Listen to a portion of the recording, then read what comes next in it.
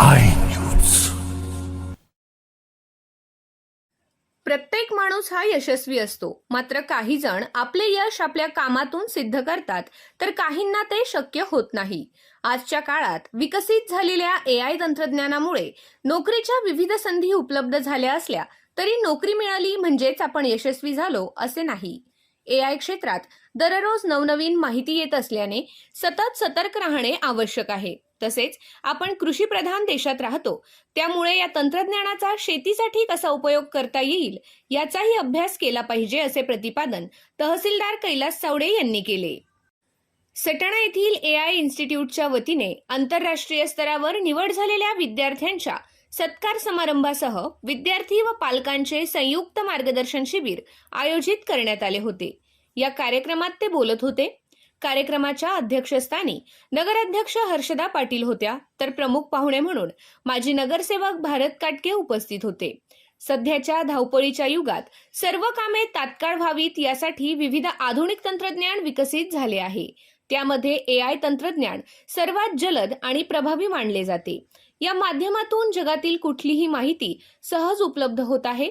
ग्रामीण भागातील तरुणांना या तंत्रज्ञानाचे शिक्षण मिळावे आणि त्यांना रोजगाराच्या संधी उपलब्ध व्हाव्यात या उद्देशाने वैभव वाहिरे आणि जयंत कोचे यांनी सटाणा येथे AI इन्स्टिट्यूटची स्थापना केली.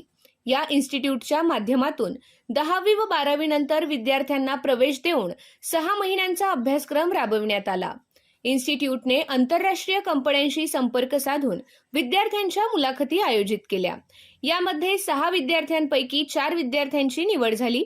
निवड झालेल्या विद्यार्थ्यांचा आणि त्यांच्या पालकांचा यावेळी सत्कार करण्यात आला. या विद्यार्थ्यांना 6 ते 12 लाख रुपयांपर्यंतचे वर्षभराचे वेतन मिळाले आहे. 10वी नंतरच हा कोर्स केल्याने हमखास नोकरी मिळू शकते, असा विश्वास इन्स्टिट्यूटचे संचालक वैभव वाहिरे आणि जयंत कोचे यांनी व्यक्त केला. अध्यक्षस्थानावरून बोलताना नगराध्यक्ष हर्षदा पाटील म्हणाल्या की AI तंत्रज्ञान जितके उपयुक्त आहे तितकेच त्याचे काही दुष्परिणामही आहेत. त्यामुळे त्यातील चांगल्या गोष्टी आत्मसात करून आपले ध्येय साध्य करावे. तसेच आंतरराष्ट्रीय स्तरावर पोहोचताना आपल्या देशाचा व गावाचा विकास कसा होईल यासाठीही प्रयत्नशील राहावे, असा मौलिक सल्ला त्यांनी विद्यार्थ्यांना दिला. कार्यक्रमाच्या सुरुवातीला शिवतीर्थावर छत्रपती शिवाजी महाराजांना नगराध्यक्ष हर्षदा पाटील यांच्या हस्ते पुष्पहार अर्पण करण्यात आला. त्यानंतर विद्यार्थ्यांची वाजत गाजत मिरवणूक काढण्यात आली. कार्यक्रमाला विद्यार्थी, पालक आणि नागरिक मोठ्या संख्येने उपस्थित होते. रियांश अमृत ज्यूस निसर्गाच्या वेगवेगळ्या आणि दुर्मिळ 42 वनस्पतींपासून तयार केलेले तसेच भारत सरकारद्वारा मान्यताप्राप्त आयुर्वेदिक प्रोडक्ट. रियांश अमृत ज्यूस मधुमेह, मुतखडा, संधिवात, रक्तदाब, दमा, लकवा, लठ्ठपणा आदी 650 पेक्षा जास्त आजारावर गुणकारी ठरलेलं नंबर 1 प्रोडक्ट. त्याचबरोबर रोगप्रतिकारक शक्ती वाढीसाठी अतिशय गुणकारी. तेव्हा हे प्रोडक्ट घेण्यासाठी आजच संपर्क साधा. रियांश मल्टीट्रेड प्रायव्हेट लिमिटेडचे रियांश अमृत ज्यूस.